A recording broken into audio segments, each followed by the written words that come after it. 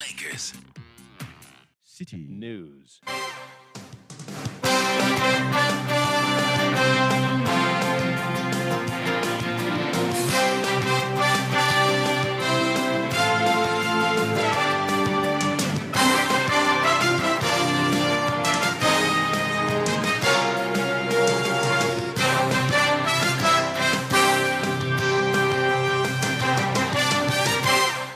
It's midday. A very good afternoon to you and welcome to the Citi Prime News on 97.3 Citi FM.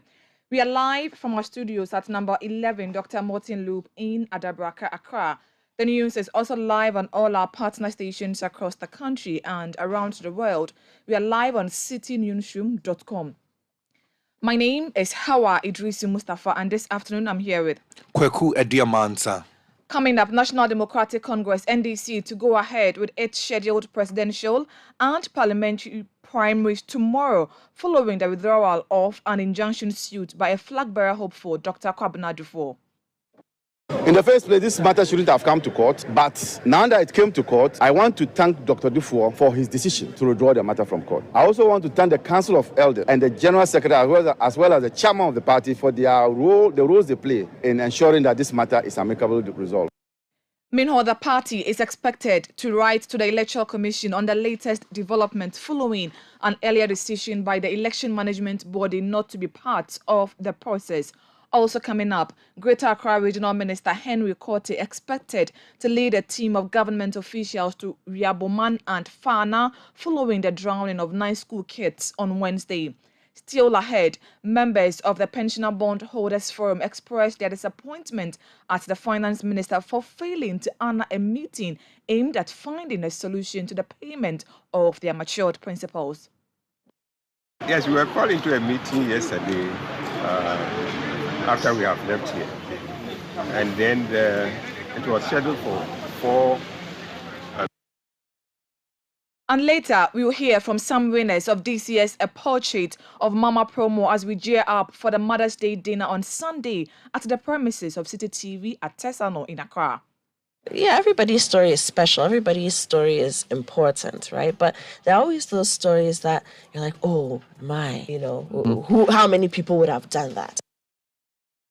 All that and more on Citi Prime News, which is live on all our affiliates across the country.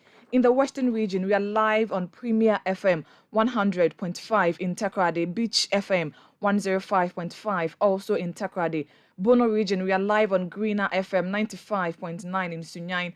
Ashanti region, Orange FM 107.9 in Kumasi. Eastern region, Right FM 90.1 in Somenya. Volta region, we are live on Holy FM 98.5 in Aplao.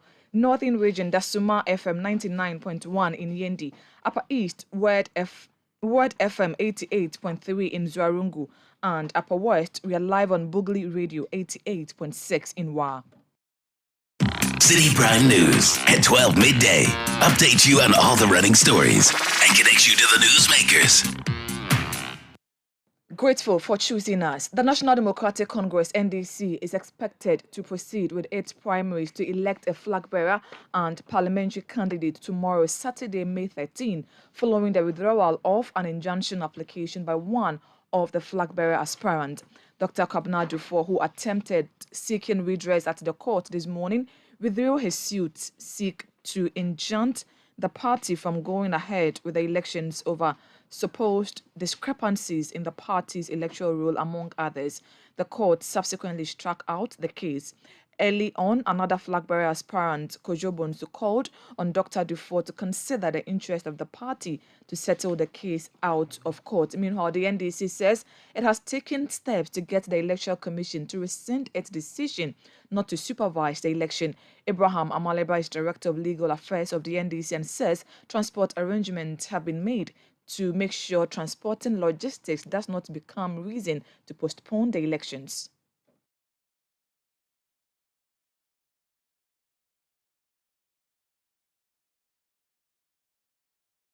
We have been communicating to them informally, but we are now going to write formally to them, announcing to them the outcome of the court decision. Now, the difficulty of the EC when they spoke was about how to transport the materials. We are ready to assist the EC to transport the materials to all parts of the country for the elections to take place. So the elections will take place because as a party, we have put in place a mechanism. We have put in place a transport system that would carry the items, that's the election materials, to all parts of the country. Would the limited time in any way affect the start of poll?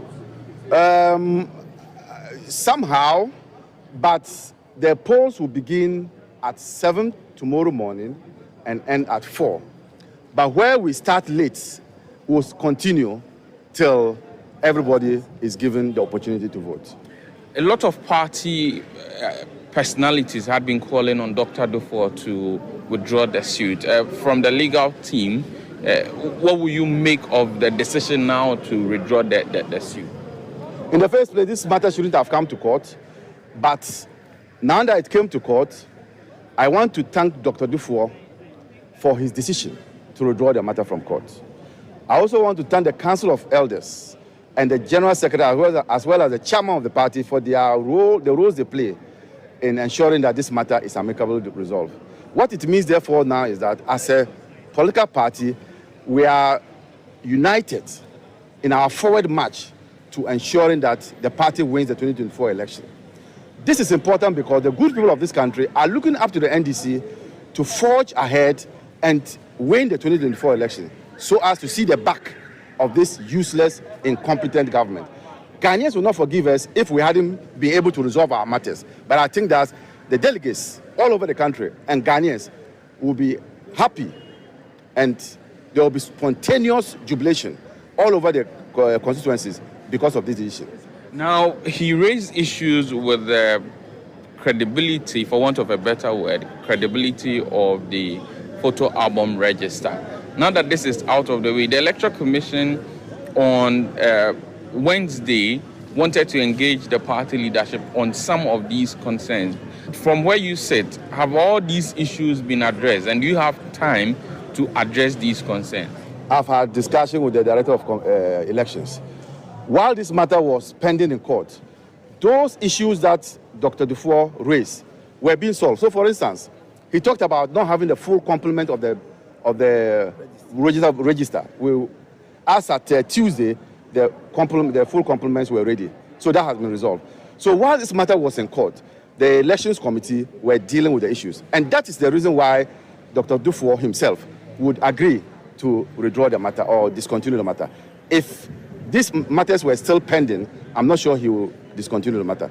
So the fact that he has discontinued the matter is a clear indication that he is satisfied with the work done by the elections committee.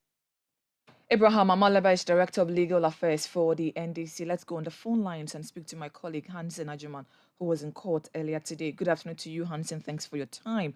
Tell us more what happened in court today. So the parties were in court essentially to debate the NDC's application for abridgment of time so that the case can be heard on Friday rather than Monday, which was the initial scheduled date. But when the case was called, the lawyer for Dr. Kwaku indicated that he had instructions from his client to withdraw the case. Having withdrawn the case means there's nothing for determination, and so the judge presiding over the case didn't have any other option than to strike out the case. So pretty much that is what happened in court today.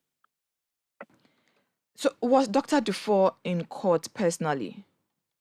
Dr. Dufour was not in court. He was represented in court by one of the members of his team, Kwaku, who signed a number of the documents that we cited that were presented to the party.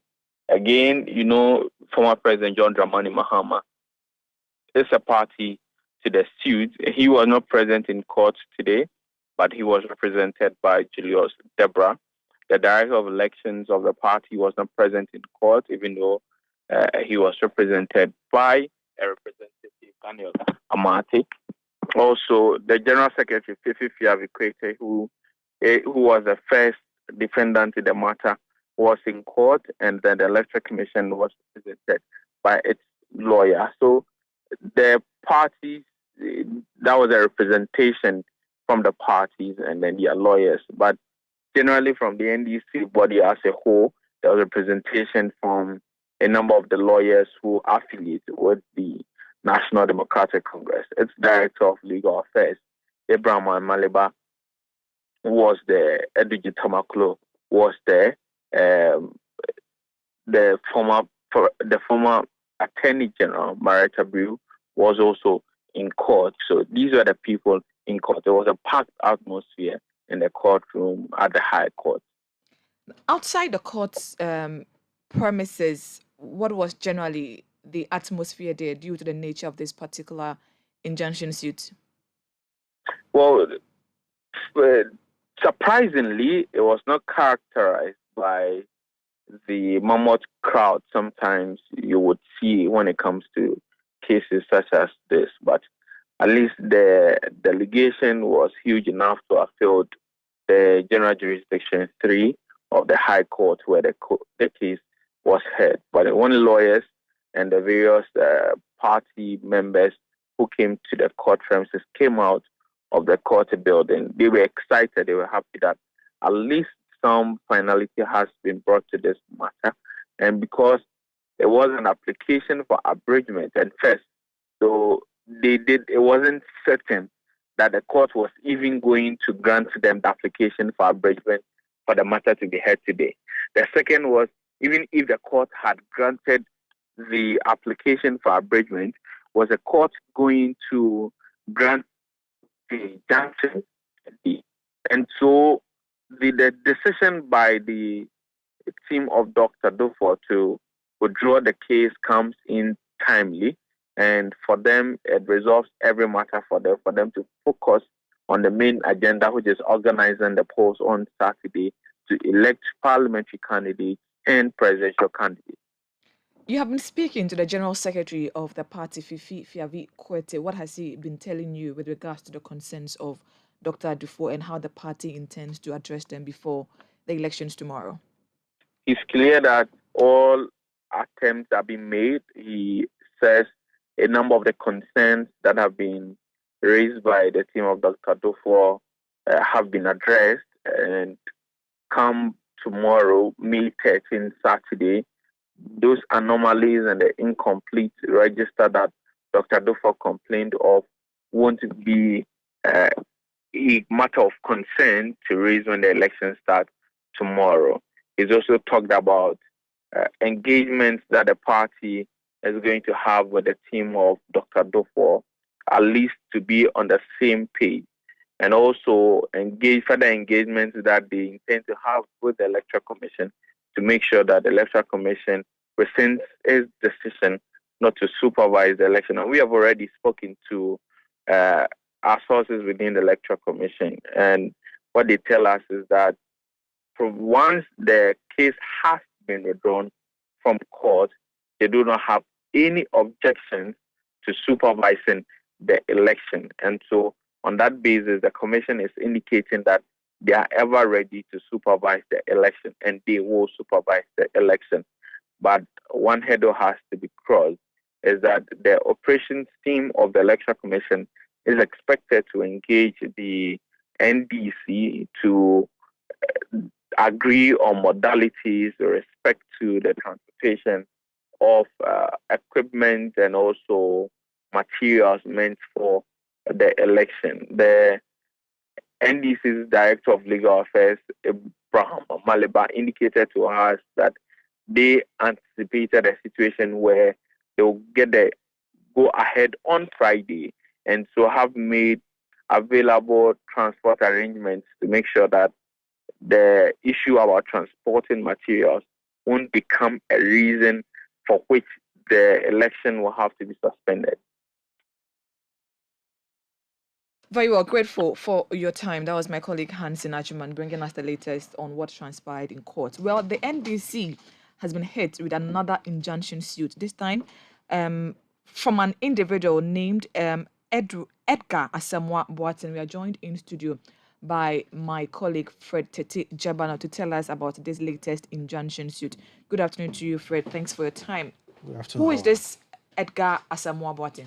So, Edgar Asamoah, we are told, is a parliamentary aspirant for the Hawah North constituency in the Eastern region. So, he is contesting the party's primaries to lead as parliamentary candidate for the Hawah North constituency. And we saw the suit this morning. We are told the suit was filed this morning at the High Court. The defendants in this particular suit is the National Democratic Congress, the General Secretary of the party, the National Chairman of the party, and the Electoral Commission. These are the four defendants in this case. So the plaintiff has sued the National Democratic Congress, which is the first defendant, the General Secretary, the National Chairman, and the Electoral Commission. What he's basically seeking for is that, just like Dr. Kwabena Dufour, he is saying that the party hasn't provided them the register for this particular election. So he wants to injunct the process, meaning that he doesn't want the election to take place tomorrow as scheduled, so that those issues can be addressed. He says that failure to provide this proper photo album or eligible voters register has caused him a lot of acrimony within the party, and hence it's disadvantaging him and other candidates who are contesting this particular election. So we are back to the same old photo album Dr. Kwabena Dufour raised. He's also raising the same concern. And if you look at this particular suit, the date of the suit was the 12th of May, which is today. And it is expected that this case would be moved in the courts next week. So just like the case of Dr. Kwabena Dufour, his case initially, the court was expected to hear the case on Monday. This one too, the court has scheduled the hearing for next week. We are not sure whether the party or the EC or the other defendants have been served with this particular writ yet. The party is yet to make any comment on it.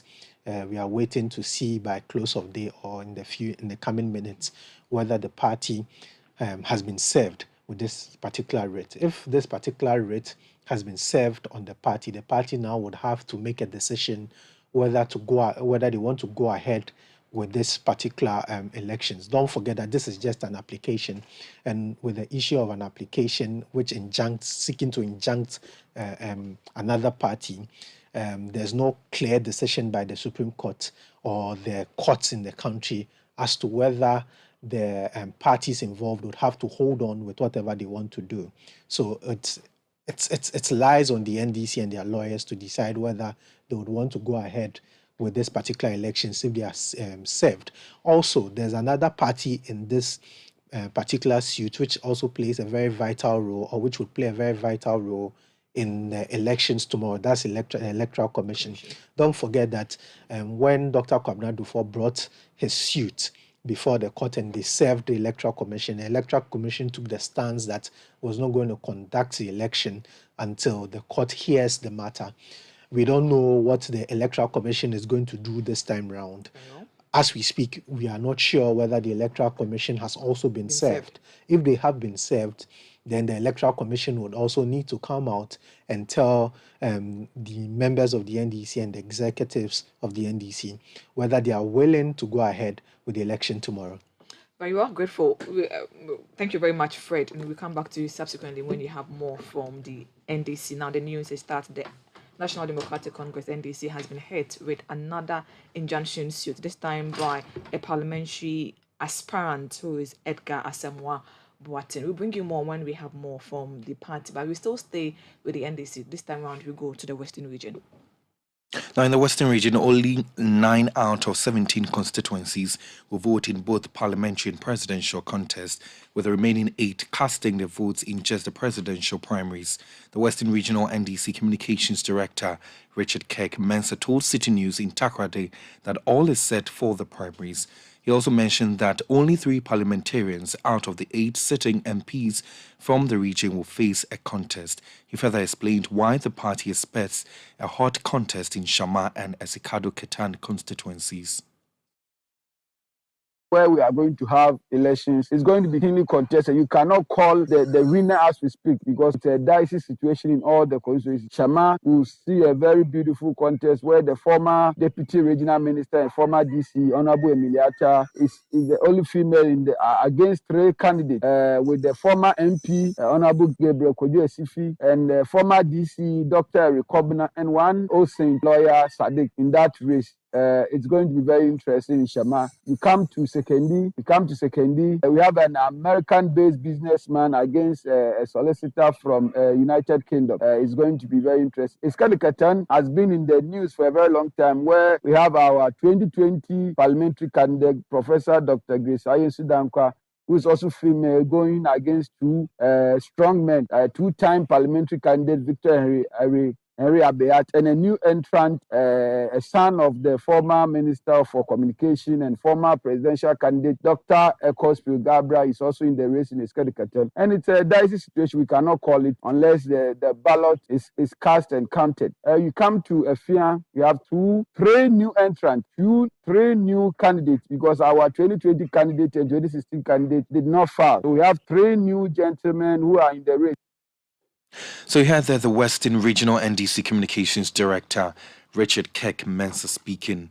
Now, the position of the NDC parliamentary candidate in the Ablekuma West constituency in the Greater Accra region is being hotly contested, with only 4 aspirants seeking to win the polls on May 13.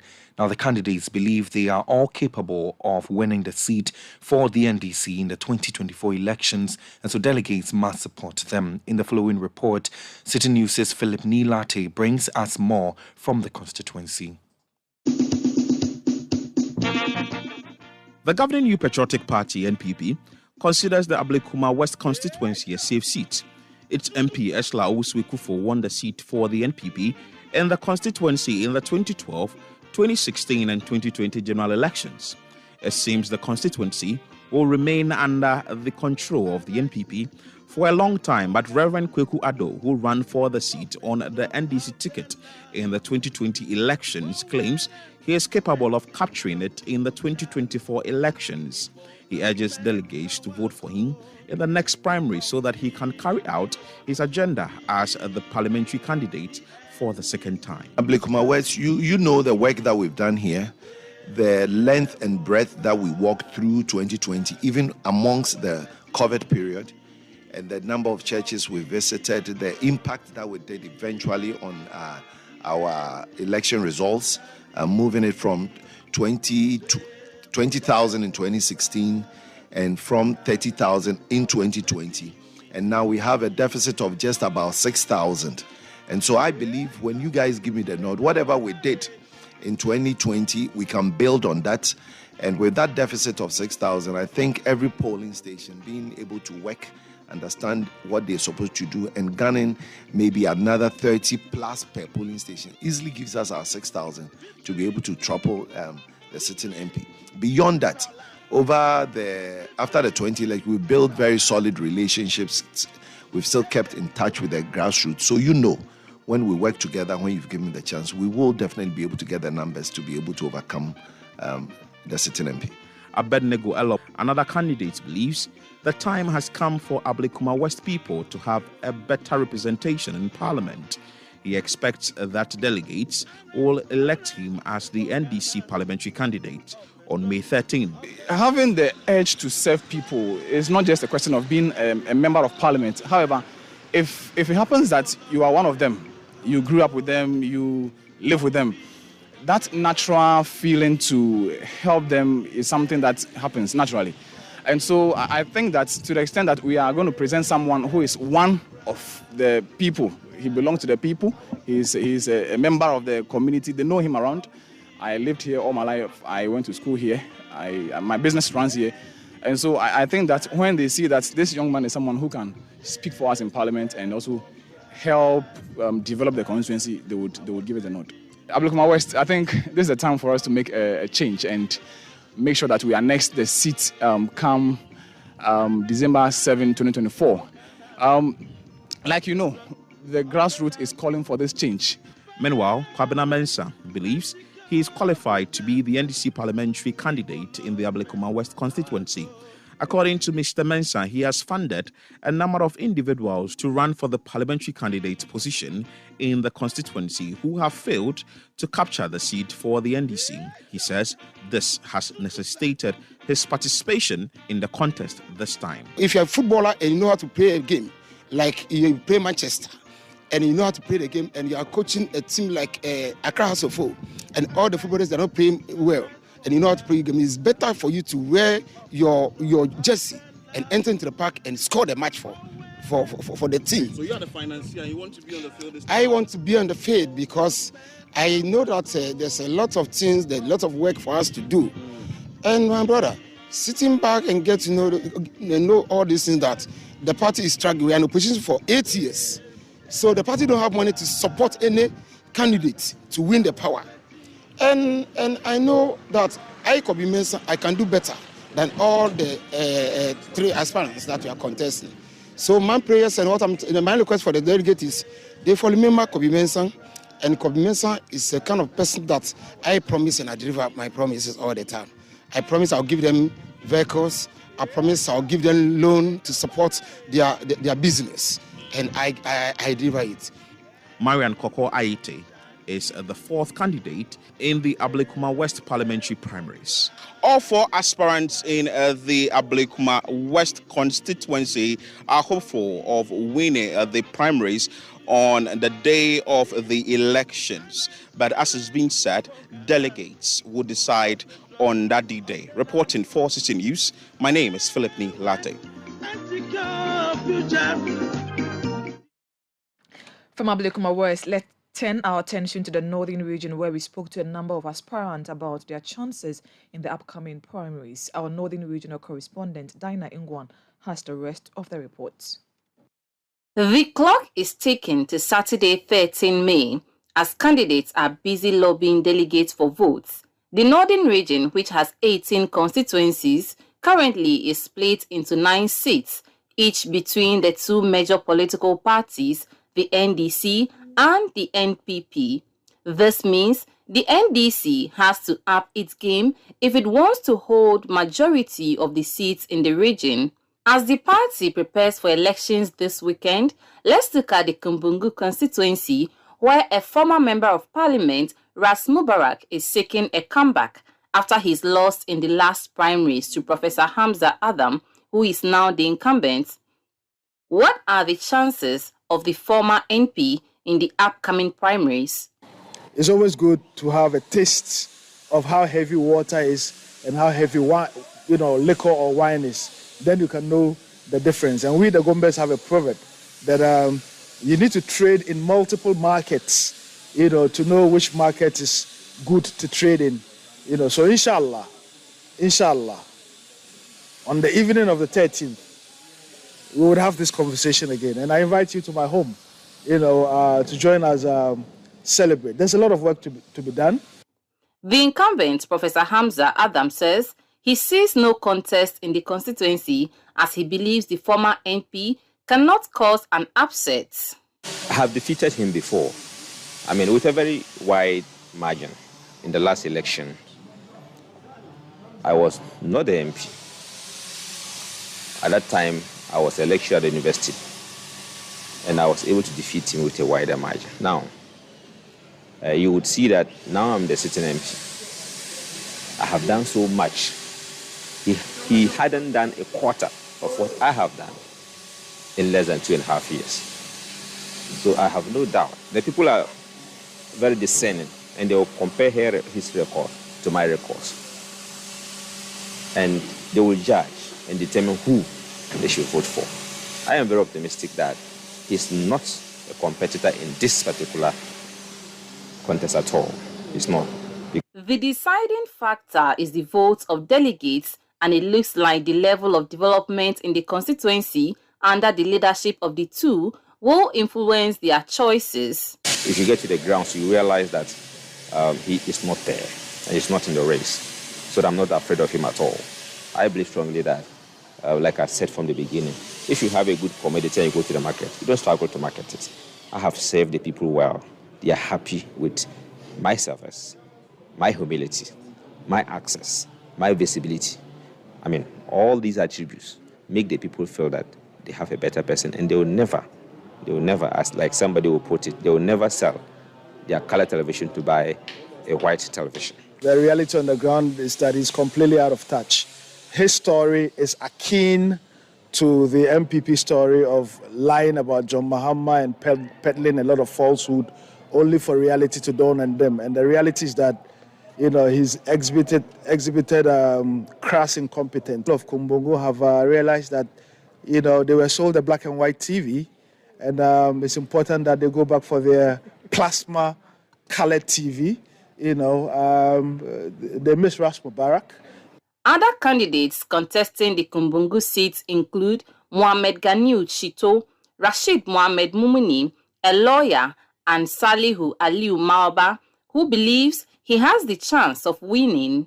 If you go into the constituency and you talk to 10 people, 8 of them will tell you that Malba is the only guy they will vote for, and at the end of the voting, they will not go around apologizing to each other before we prepare for the 2024 election. So my chances are like 95%.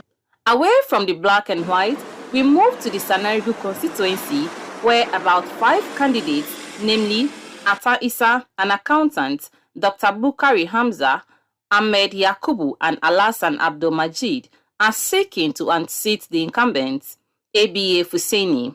According to some of them, the votes for the NDC party in the general elections has seen a decline since the incumbent assumed office in 2012. For them, it is time to seek a new face to improve the party's performance in the constituency. If you are leading people sometimes and you don't consult them, you are not visible. You are not being transparent enough. You are not accounting to them.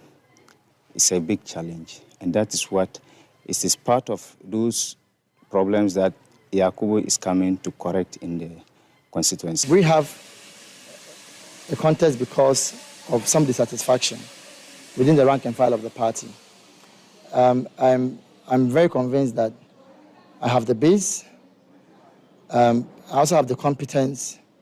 People understand that the time has come for us to elect someone who will represent their interests in Parliament, who will become their mouthpiece in Parliament, and who will also promote development within the constituency. In the case of Tolong, there are 2 candidates, a senior lecturer and an agricultural economist at the University for Development Studies, UDS, Dr. Tahidu Osman Damba, who is contesting the parliamentary seat for the 3rd time, and Adamu Yusuf, who won the primaries but lost to the NPP in the 2020 general elections. The 2 believe they have what it takes to win the elections. Somebody left their seat with 1,057, and you came and took us down the drain up to almost 10,000. What business do you have coming in? We are serious. Tolong is serious. The NDC needs Tolong more than any other place. I have learned my lessons. I know some of the reasons why I lost the elections to the NPP man, and I know how the skills and the method that he used to win the seat. Coming back, I am well prepared. Some aspirants from Mio, Yendi, and Zabzugu constituencies have been speaking to City News about their chances. We are 6 that are contesting currently, and I stand out clear. First, because I'm contesting for the 3rd time, and then secondly, I'm the only, a professional with both national and international network that can come to the advantage of the masses. And then thirdly, I'm the most humble, the most patient, the most mature of all. And they believe that since I lost the first time, it wasn't successful, and I didn't become annoying the second time. I was not fed up, and I'm coming for the 3rd time. They think that they should also give me the opportunity, to see how I would move. With the contest that we are going, I don't think I have a contender because we are 3 contesting. I don't see any of them as a threat to me. And for me winning the primaries, I have the confidence and 100% sure that we are going to deliver NDC to NDC in 2024. I've been a homeboy. I've not traveled out of anywhere. I've worked there. I've served there. I know every county and queen in the constituency. There's no village that I've not been to. And there's no village that I will go without anybody saying that I know this man and this is what this man has done for me. So that alone makes me stand tall. And I think that at the end of the 13th May, I'll definitely, inshallah, become as the winner. The only female candidate in the region, Abdurrahman Zainab Rosina, is contesting against 4 men in the Nanton constituency. Though all the candidates in Nanton are new entrants, Rosina believes she has a higher chance of winning. Have 90% of chances. 90% of chances. The things that I have mentioned to you, look, I am born and bred in those in Nanton constituency. Some of them, we don't know where they are coming from. They have delegates or electors who follow them to do campaign. Those who follow them to do the campaign, some of them, they are going to vote for me. And some of them, they will vote for them. So I would say, let me take the 90% and give them the 10% to share it among themselves. That is what I'm going to do. A little over 20,000 delegates in 18 constituencies are expected to vote on Saturday 13 to elect parliamentary candidates for the NDC in the northern region. Reporting for Citi News, I am Dinah Ungwan. Still on the NDC's primaries, a parliamentary candidate for Obom Domiabra, Samson Ni Anumtaki, is urging delegates to elect a competent parliamentary candidate who will be able to retain the seat for the NDC in the 2024 elections. Speaking to Citi News ahead of the elections, Ni Taki Anum urged delegates to vote for a candidate who will bring the needed development to the area. The question is, what has been the legacy of the MPs that we have sent to Parliament previously compared to MPs that have come to Parliament from other parts of the world in terms of the items that I listed, in terms of the shaping of policy at the national stage, in terms of the shaping of policy within the party, in terms of contributing to debate, lawmaking, and all of that. That is the predominant work of the MP. And we cannot shy away from. Other people come from other parts of the country and they do this work so beautifully. They contribute to policy making. They help shape debates, and we are all happy about them. But what has been the contribution of our own MPs that we have been sending to Parliament? Usually, DS have been, I gave you this, so vote for me. I gave you 100 Ghana cedis, or I helped you when your child was going to school. All those things are important. But the thing is that the constituency lacks a lot of things. We lack secondary school. We lack good roads. We don't have any market to boast of, and so forth. And if that is the case, we ask ourselves, why is it that some constituencies do have them and we don't? They may have them because they have MPs that are vocal, that are able to speak for them. Samson Ni Anumtaki is an NDC parliamentary candidate for Obom Domiabra. This is still the Citi Prime News on 97.3 Citi FM. Still ahead, Greater Accra Regional Minister Henry Kote is leading a delegation to the families of the 9 school children who drowned on Wednesday. We have details of that, plus other stories coming up shortly. Citi Prime News at 12 midday. Updates you on all the running stories and connects you to the newsmakers. Aduamah, what's all this condom business?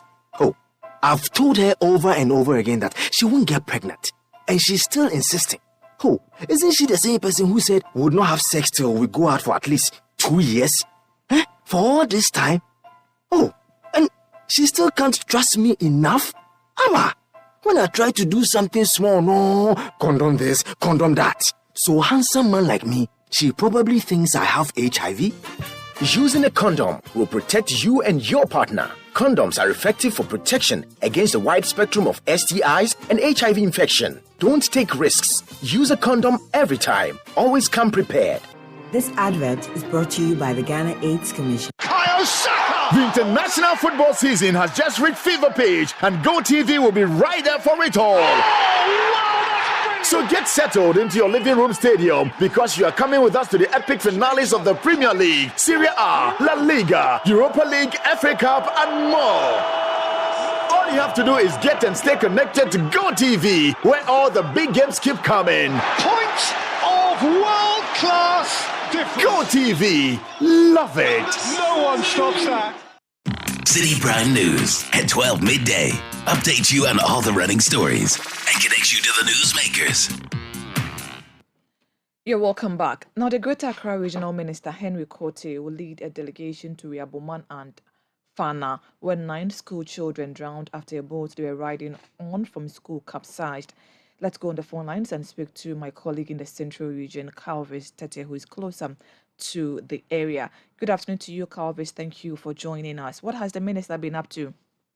Well, this afternoon, the regional minister, Henry Quartey, is in the Wager Bawe enclave to visit bereaved families who lost their children, school children, in the drowning that happened yesterday. The regional minister and his entourage are heading to the place as we speak now. From what I learned, going to visit the family and trying to commiserate with them, and then whatever messages we have for them, we'll get to know Hawah.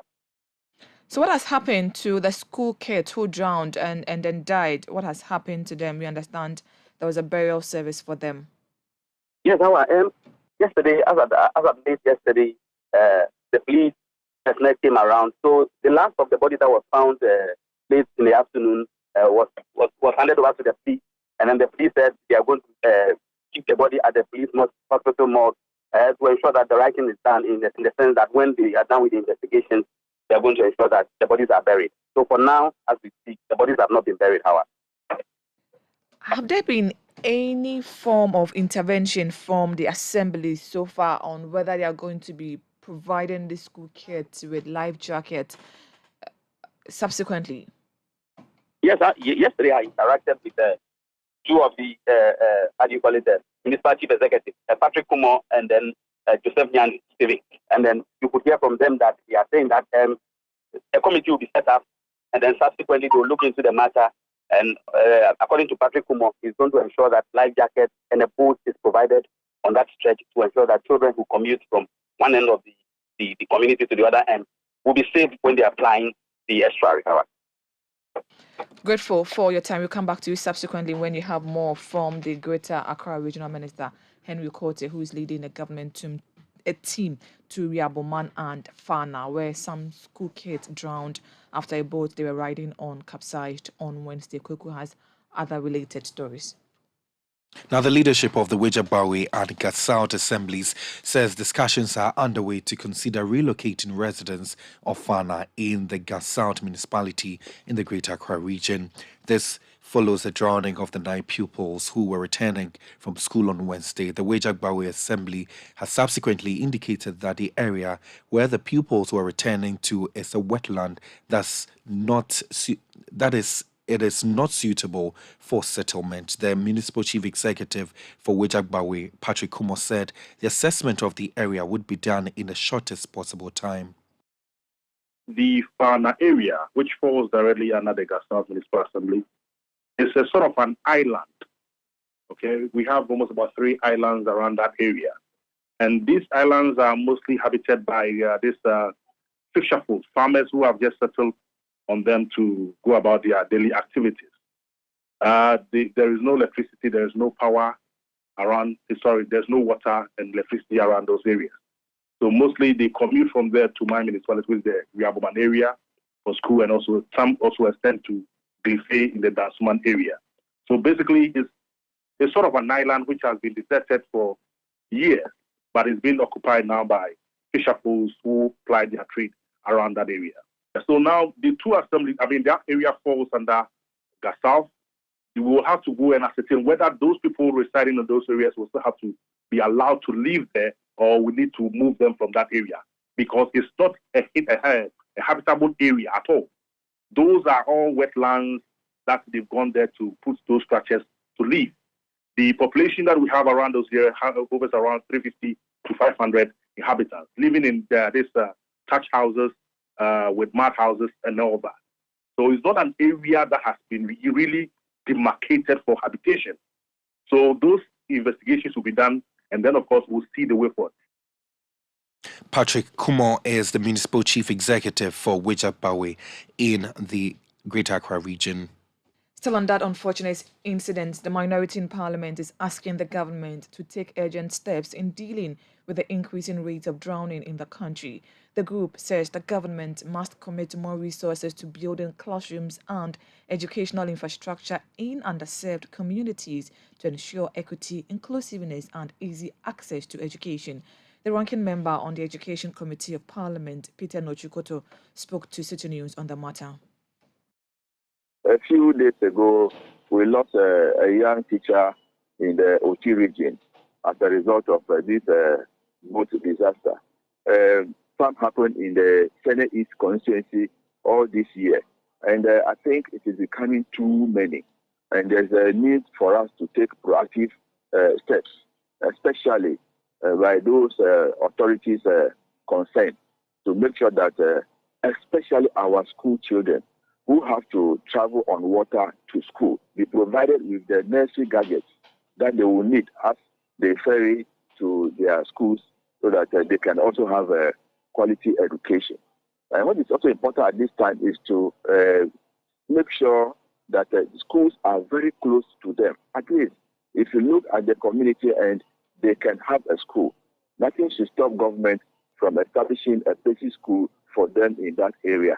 And I think this can also reduce or eliminate the risk that our children and the teachers are facing while going to school and having to cross water bodies before they can learn. I think it is becoming too many. When we come back to Parliament at the end of the month, we will make a very strong case through a statement on this matter so that both majority and the minority, we can, with one voice, talk to government to look into this as quickly as possible. Peter Nochukoto is ranking member on the Education Committee of Parliament. Now, students of the Tamale Technical University are appealing to management of the school to urgently address concerns of their striking lecturers. The students lament the strike will compel them to stay on campus beyond the expected schedule, and they say this will put a financial burden on them. The Tamale Technical University branch of the Technical University Teachers Association of Ghana, TUTAG, on Wednesday embarked on an indefinite sit-down strike over unpaid formula used in the payment of their end-of-service benefits and the non-payment of certain allowances due them from the university's internally generated funds. During Citi News' visit to the school, a handful of students were seen. Here's the SRC president of the school speaking on the matter. The current boycott of exam that is going on is something that is actually affecting the students. It's something that students who thought that they would have been finishing yesterday and the day before yesterday have decided to give out their food stuff. They have decided to book their tickets. They've decided to do certain things. And as it stands, they weren't able to write their exams, their final exams. And so it was difficult for them to be able to cope up again because they've actually released and given out what they were supposed to use to sustain themselves to this very time. So at the moment, as I speak to you, students don't really have money to take care of themselves. Students are really stranded. Students don't even know the state of their self as to whether they are going to write the exams or as to whether they are going home to come and write next semester. So as we speak right now, this is still the issue that is still arising on campus right now. Appeal to the management. I want to appeal to TUTAG to kindly come together to solve this particular problem. I also want to see if the government will be able to step in to solve this problem. We will be much grateful and we'll be glad to see that done. SRC President of the Tamale Technical University, Seidu John Paul. Members of the Pensioner Bondholders Forum have expressed disappointment with government's attitude towards their situation. A meeting that was scheduled between the Finance Ministry and the leadership of the group yesterday did not happen after several hours of waiting. The pensioners have once again gathered at the Finance Ministry in demand of the payment of their outstanding bond. Dr. Aduamah is convener for the Pensioner Bondholders Forum. Yes, we were called into a meeting yesterday after we have left here. And then it was scheduled for 4 p.m. But later on they called to make it 4:30. I came there at here, which is the ministry's office. It was called by the Minister of State, Dr. Ada. And so we were here 4:30. He was in a meeting and waited for him to finish the meeting. Came to his office whilst we were there and we assumed meetings. But I was told the secretary had called one of the key person, I think Mr. Akis, who is the director for debt management also. And I think that is his portfolio, so he has to be there. And he was out of the office at that time. So we waited, when it was about 5:45, he wasn't coming. The elderly people, we have issues with the time to eat and to take your drugs. So I told them I should get home normally, ordinary, between 6 and 6:30. Have your meals and take your required medicine and rest. And so if we were waiting, getting to 6, it was not something we could wait further. So we left. And they said we would try and arrange a meeting so that we could have it maybe this morning, because yesterday was not too good for the meeting because of the absence of that official. So we are hoping we will get a call. So you have not received any call this morning? So we are waiting to get a call to go and into that. That is what happened. And you're also hopeful that by close of today you hear something positive on the... Yes. The treasury bill results will come out. And we are hoping that government will get what it intended borrowing. So that the excess that government is borrowing over what it needed to pay the treasury bill, which is maturing. We believe that can service all outstanding coupons and principals for all individuals, not only for even pensioners, but that amount can be there every individual bondholder who has his or her bond maturity that has matured, coupon that has matured. Dr. Edu Anani Inchi is convener for the Pensioner Bondholders Forum. This is still the Citi Prime News on 97.3 Citi FM. Still to come, we will hear from some winners of this year's A Portrait of Mama promo as we gear up for the Mother's Day dinner on Sunday at the premises of Citi TV at Tesano here in Accra. Citi Prime News at 12 midday.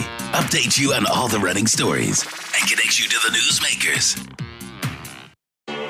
Can you hold the perfect note? Can you spit some hard bars? Then you have the chance to bag 20,000 Ghana cedis. Head over to The Voice Factory right now because Season 5 of the Ultimate Talent Competition is digging up Ghana's next big pop star. And it could actually be you. Auditions are officially underway and just a few phone taps away. Simply send your name, age, contact details, and location along with a carefully recorded voice note singing or rapping your favorite tune to the WhatsApp number 0558 973 973. But take note, our castanet is for burgeoning superstars between the ages of 18 to 24 years. The Voice Factory Season 5 is powered by Citi TV and supported by Citi FM.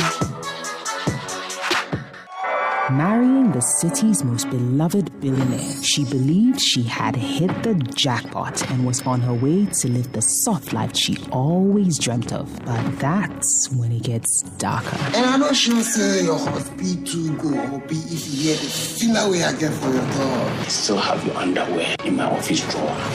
Watch Adipa as she navigates the glamorous and gloomy world of the rich and powerful in the all-new drama series, The Billionaire's Wife. The Billionaire's Wife, only on Showmax. Sign up at showmax.com. Citi Prime News at 12 midday. Updates you on all the running stories and connects you to the newsmakers. You're welcome back. Now, Citi TV and Citi FM's highly anticipated Mother's Day dinner, A Portrait of Mama, comes off on Sunday, May 14, 2023, at the Citi TV Gardens at Tesano in Accra. The event is held every year to give patrons the opportunity to celebrate their mothers. This year's promotion gave individuals a chance to tell the world what their mothers mean to them in a write-up of not less than 100 words, beginning with the phrase, "But for Mama." Two of the winners, Castro Kofi Appiah and Pa Kofi Hazel, tell Citi News it was a chance to celebrate their mothers. We are celebrating Mother's Day on 14th of this month. So I have always been looking for the opportunity to celebrate my mom. And fortunately enough, Citi TV has given us the opportunity. So I have to capitalize on that one to celebrate my mom for what she has done for me. So that's the reason. That's the motivation, is to recognize what my mother has done for me. That is the main motivation. And talking about what your mother has done, we've heard your letter, and it's very inspiring and very touching. When you're chosen as one of the winners, how did you feel? Yeah, I will find it difficult to describe the feeling, because I hardly expected to. I didn't expect myself to be part of the three. So I was very, very happy, shouting at the office and then telling colleagues, look, I didn't expect this, but it has come. So I'm very, very, very happy. Even still, I'm happy and very grateful for the opportunity to celebrate a wonderful woman. Yeah, so I saw this as a great opportunity to let the world know how amazing my mom has been over the years, and particularly with the story I wrote for this. Tell us a bit about that story. Yeah, so my mom was two stories in one. It was, first of all, she was a great advocate for my wife, for my first child, who had a preterm baby. She was a great advocate for her in the delivery room. I think I can't share the full story here, but also the second story, my wife had to deliver our second baby at home, and my mom was the one who had to do that with no experience. So that was a very traumatic experience for me, and I thought I needed to share this story for everybody to hear. So you had two of the winners of the But for Mama Mother's Day promotion, Castro Kofi Appiah and Pa Kofi Hazel. Now, one of the sponsors of the Portrait of Mama promotion, the Juice Guy, explains the importance of mothers in our lives. Daniel Ejekumdia is head of marketing and distribution. Well, at the end of the day, mothers are a very important part of our lives. We can't do anything with them, so it was an honor for us to hear that Citi is having a Mother's Day program. We get to be part of it. It wasn't a chance we could pass up on. What should we expect from you on Sunday? On Sunday, yes, as usual, we'll come and set up. We expect to have fun with you guys and just enjoy the day and just be happy with our mothers. Daniel Ejekumdia is the head of marketing and distribution at Juice Guy. Now, the Portrait of Mama Mother's Day dinner is powered by Citi TV with support from Citi FM and is sponsored by Dano Milk and Tasty Tom and supported by the Juice Guy and Fev Du Vene. Now, if you want to grab a seat on Sunday, all you have to do is just pay 350 cedis and then you get to join us on Sunday as we celebrate our mothers. What message do you have for your mother? I've already spoken to her, but then this is going to be special. We do appreciate her. That's from all the siblings, right. And she's done so much for us. So happy Mother's Day in advance. Happy Mother's Day in advance to all mothers, and we hope to see you on Sunday as we try and celebrate you for the good works you do in our lives. Kwaku, what more do you have? So in more stories, the Cocoa Farmers Association of Ghana has described as a stream the decision by the Ghana Cocoa Board to suspend its free cocoa spraying exercise in Elubo in the Western region.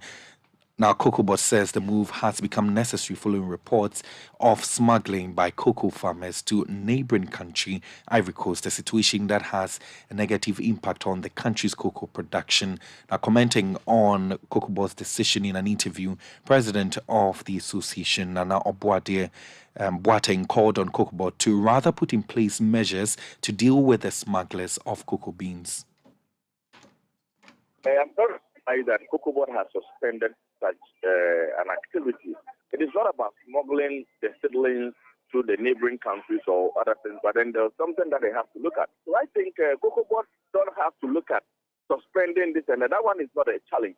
Because even the very first time that we saw that they were smuggling things, that we even told them that this was what is happening. Cocoa Board put wax in their ears. it seems anything that concern farmers come across with or a report that concern farmers put it on the table, Cocoa Board don't take it serious. But at the end of the day, it comes into the limelight that this is what is happening. So I think Cocoa Board are not doing well. And then at the end of the day, Ghana, they should forget about cocoa because Ghana have lost the cocoa that we have. All the trees that they think they have it or they say that they think that is going to produce the beans for them, all the trees have been marked. So here they're the president of the Cocoa Farmers Association of Ghana, Nana Oboade Boateng. Well, that'll be all for this week's edition of the Citi Prime News, which has been live from our studios in Adabraka, Accra. The news was live on all affiliates across the country. Please log on to citynewsroom.com for more stories. My name is Hawah, Iddrisu, Mustapha, and I was here with Kwaku, Aduamah, Ansah.